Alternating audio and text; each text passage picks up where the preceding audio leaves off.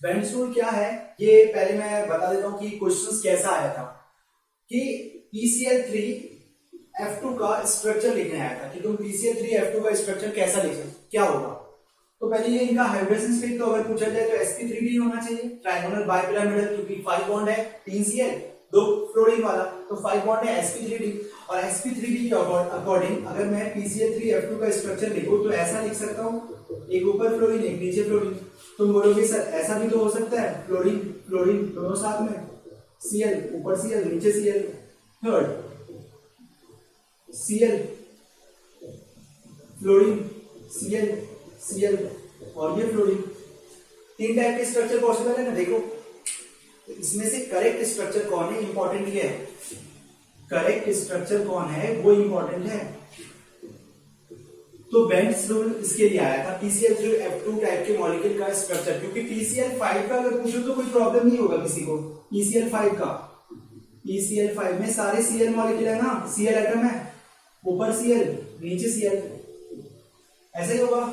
लेकिन इसमें प्रॉब्लम होगा PCl3F2 में कैसा स्ट्रक्चर होना चाहिए, तो इसके लिए बेंड्स रूल डिफाइन है।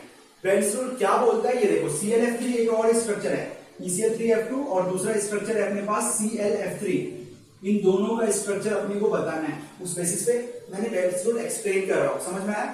बस 2-3 पॉइंट याद रखो नीट के एग्जाम के लिए, तुम्हें बस ये 2 पॉइंट याद रखोगे तो क्वेश्चन भी सॉल्व हो जाएंगे। इस पे अगर क्वेश्चन आएंगे तो क्या बोलता है कि जो भी ऑर्बिटल है जिनके पास लोन पेयर है, lone pair containing orbitals are generally rich in s character, means lone pair वहां रहना चाहेगा जहां जिस ऑर्बिटल में s कैरेक्टर ज्यादा है, और इलेक्ट्रोनेगेटिव एलिमेंट वहां रहना चाहेगा जिस ऑर्बिटल में p कैरेक्टर ज्यादा है। वही लिखा है, lone pair has a tendency to attract s character को अट्रैक्ट करना चाहता है, therefore orbital containing lone pair are generally rich in s character. तो जो ऑर्बिटल लोन पेयर वाला होगा वो s कैरेक्टर उसमें ज्यादा होगा, और इलेक्ट्रोनेगेटिव एलिमेंट अगर मोर ईएन एलिमेंट है वो किसे अट्रैक्ट करना चाहता है, p कैरेक्टर को अट्रैक्ट करना चाहता है। तो जो ऑर्बिटल के पास इलेक्ट्रोनेगेटिव एलिमेंट जिस ऑर्बिटल से अटैच होगा उस ऑर्बिटल में कौन सी कैरेक्टर ज्यादा होगी, p कैरेक्टर। तो इसे मैं एक्सप्लेन करने के लिए सिंपल सा 2 सेंटेंस बता रहा हूं कि तुम ये सोचो कि जब भी तुम्हें लोन पेयर कभी किसी ज्योमेट्री में अरेंज करना है तो तुम उस ऑर्बिटल में अरेंज करोगे लोन पेयर को जहां पे s कैरेक्टर ज्यादा मिले, और जहां लोन मोर ईएन एटम है अगर और उसे अरेंज करना है तो तुम मोर ईएन एटम को, इलेक्ट्रोनेगेटिव एलिमेंट को कहां पे अरेंज करोगे, मोर इलेक्ट्रोनेगेटिव एलिमेंट को वहां पे अरेंज करोगे जहां तुम्हें p कैरेक्टर ज्यादा मिले। तो अपने पास क्या क्वेश्चन आएगा एक नया कि sir s character p character कैसे देखेंगे किसी भी क्वेश्चन में, तो वो देखने के लिए मैं बता रहा हूं तरीका। ये सब लिख लो पहले, फिर मैं बता रहा हूं कैसे s character p character check करोगे। देखो कैसे चेक करते हैं, बस वो तुम्हें आ गया तो तुम्हें क्वेश्चन सारे सॉल्व हो जाएंगे। क्या है, फॉर एग्जांपल मैं PCl3F2 का स्ट्रक्चर लिया, PCl3F2, यहां लोन पेयर है क्या कोई, नहीं लोन पेयर नहीं है। अब यहाँ मोर ईएन एटम कौन सा है, हाँ फ्लोरीन मोर ईएन एटम है। तुमसे पूछे कि मोर इलेक्ट्रोनेगेटिव एलिमेंट कौन होते हैं, तो तुम पीरियोडिक टेबल में 3 एलिमेंट का नाम याद रखोगे, कौन सा, फ्लोरीन ऑक्सीजन एंड नाइट्रोजन। क्या बोला मैंने, fluorine oxygen and nitrogen are more electronegative element, ठीक है।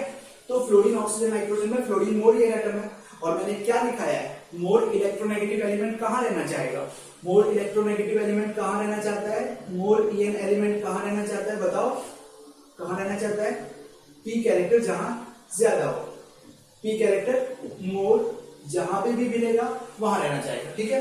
तो अपन क्या देखते हैं पहले, इनकी ज्योमेट्री कैसे, सॉरी हाइब्रिडेशन स्टेट क्या होता है इनका, तो इनका हाइब्रिडेशन स्टेट होगा sp3d।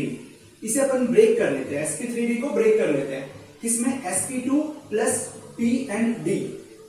अब sp2 के अकॉर्डिंग क्या आएगा, sp2 का ट्राइगोनल पिरामिडल ज्योमेट्री आता है ये फॉस्फोरस है, सेंटर एटम है, trigonal pyramidal trigonal planar geometry आता है, ट्राइगोनल प्लेनर sp2। तो यानी ये जो बॉन्ड फॉर्म हुआ होगा, ये ऑर्बिटल एक s ऑर्बिटल का होगा, दूसरा बॉन्ड फॉर्म हुआ होगा p ऑर्बिटल से, तीसरा बॉन्ड फॉर्म हुआ होगा p ऑर्बिटल से। यानी यहां पर इस प्लेनर ज्योमेट्री में कौन कौन से ऑर्बिटल है, इस प्लेनर ज्योमेट्री में कौन कौन से ऑर्बिटल है, s है और 2 p है, ठीक है। लिखो मैं ऐसा, अब ऊपर मैंने बनाया और नीचे बनाया, तो इस 2 में एक क्या होगा, d होगा और दूसरा क्या होगा, p होगा, जो लेफ्ट रह जाएगा समझ में आ रहा है क्या? ऐसी ज्योमेट्री होनी चाहिए ना, फास्फोरस सेंटर पे। अब तुम बताओ कि जो प्लेनर स्ट्रक्चर है, ये प्लेनर स्ट्रक्चर है, ट्रायंगुलर प्लेनर, इसमें कौन सा कैरेक्टर ज्यादा है? S character. देखो एस कितना है, इसमें एस है और एस ऑर्बिटल है, तुम्हें एस कैरेक्टर चेक करना है। और यहां पे क्या है, इस एक्सिस पे एस है क्या? एस है, चेक करो बस। इस एक्सिस पे एक्सियल, इसे एक्सियल बोलते हैं। इस एक्सियल लाइन में कौन सी ऑर्बिटल है? पी, मैं एक साथ लिख रहा हूं, पी एंड डी ऑर्बिटल है। और इस इक्वेटोरियल में कौन सा है? S P P. अगर एस ऑर्बिटल है तो मैं इस प्लेन को बोल सकता हूं क्या? S rich plane, S rich character है। और इसमें मैं बोल सकता हूं क्या? एस पुअर है, क्योंकि एस तो दिख ही नहीं रहा है ना इस एक्सिस पे। क्या करना है? सबसे पहले ज्योमेट्री देखा, सॉरी कंपाउंड देखा, हाइड्रोजन फाइंड आउट किया, sp3d, इसे ब्रेक कर लिया sp2 और pd में। बेंस रूल ने क्या बोला कि इसे ब्रेक किया जब sp2 और pd में, तो पहले बेंस रूल के अप्लाई करेंगे, बाद में अपन sp2 के अकॉर्डिंग, ये प्लेनर ज्योमेट्री sp2 है, एक s 2 p है, ठीक है, एक s 2 p। नेक्स्ट इस एक्सिस पे क्या रहेगा? एक p रहेगा, एक d रहेगा। तो मैं क्या जो बोल रहा हूं तुम्हें वो अप्लाई करो।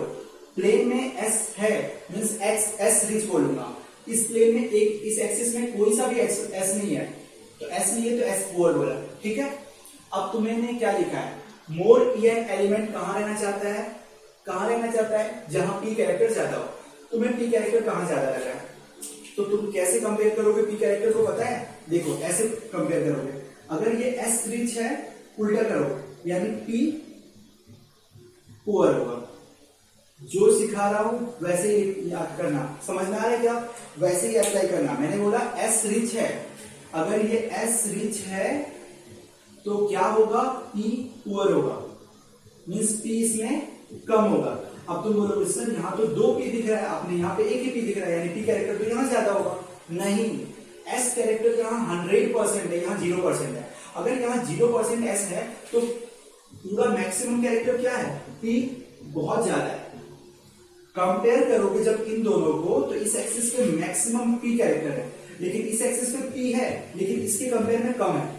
इसलिए मैंने क्या बोला, पहले देख लो जो ऑर्बिटल एक में प्रेजेंट है दूसरे में एब्सेंट है।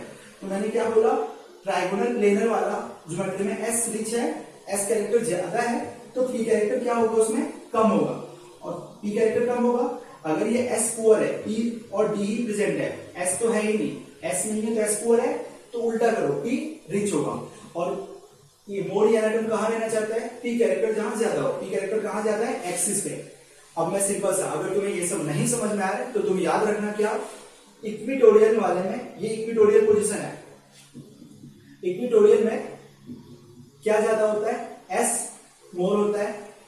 एक्सियल पे क्या ज्यादा होता है? p ज्यादा होता है। ये दो पॉइंट याद रखो, क्वेश्चन सॉल्व हो जाएंगे।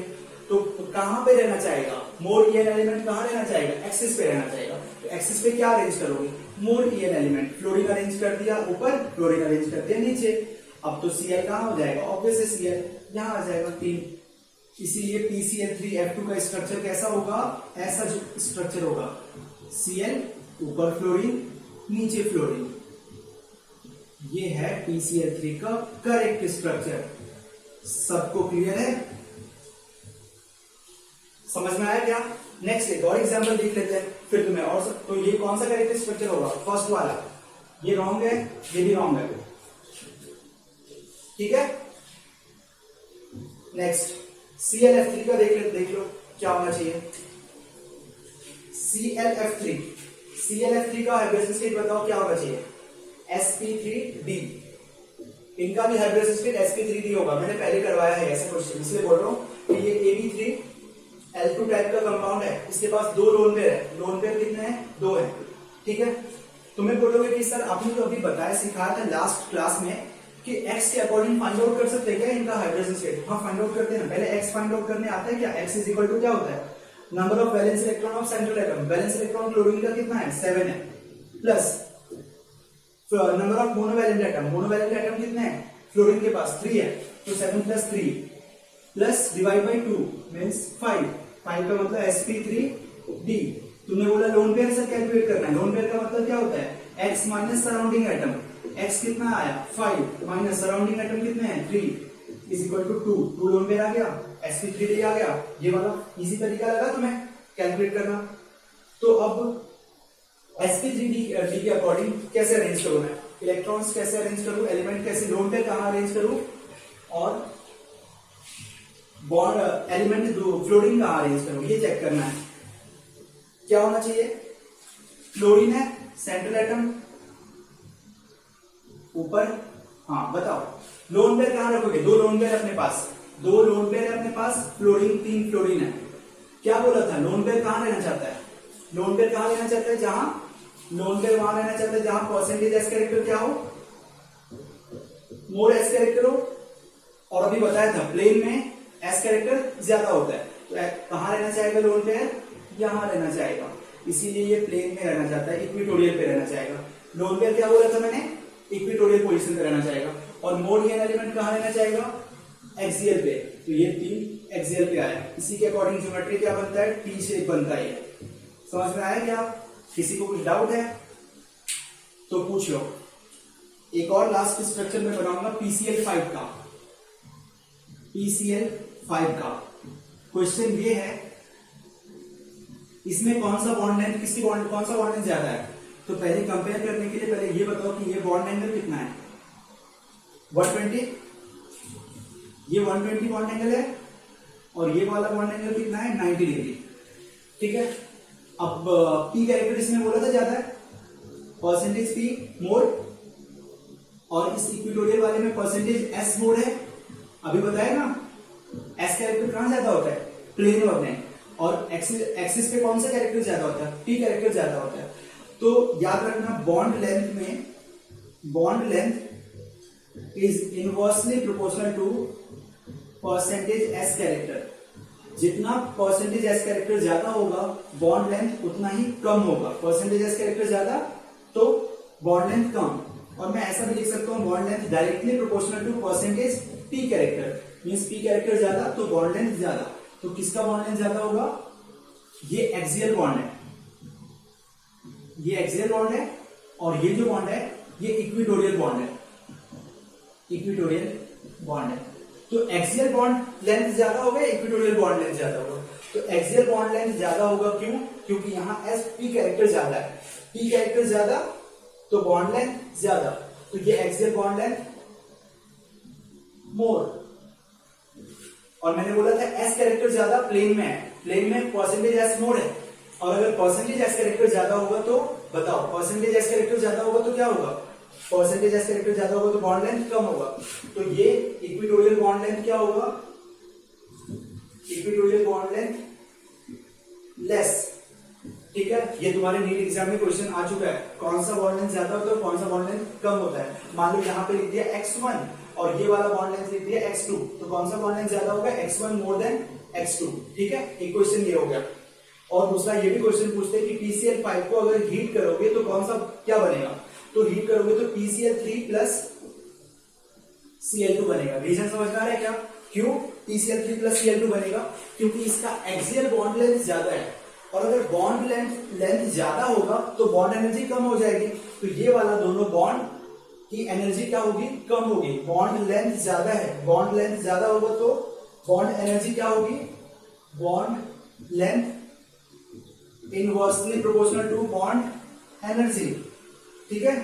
तुम्हें रोप देखो, जितना ज्यादा लंबा रोप होगा उसे कट करना उतना ही इजी होता है, और जितना छोटा रोप होगा उसको कट करना उतना ही डिफिकल्ट होता है, तो मींस बॉन्ड लेंथ कम होगी तो बॉन्ड एनर्जी ज्यादा लगेगा तुम्हें ब्रेक करने के लिए, तो बॉन्ड लेंथ ज्यादा होगा तो बॉन्ड एनर्जी कम होगी, तो इसकी बॉन्ड लेंथ ज्यादा है तो ब्रेक करने के लिए एनर्जी कम लगेगा, तो कम एनर्जी पे ये दोनों बॉन्ड ब्रेक हो जाएगा ना एक्सियल वाला, तो इसीलिए अपने को Cl2 रिलीज होगा, ठीक है। लेकिन ये वाला बॉन्ड जो है इक्वेटोरियल बॉन्ड जो है, प्लेन में जो बॉन्ड है वो स्ट्रॉन्ग बॉन्ड है, तो वो ब्रेक नहीं हो पाता है, इसलिए अपना बंदा क्या फॉर्म होता है, PCl3 प्लस Cl2।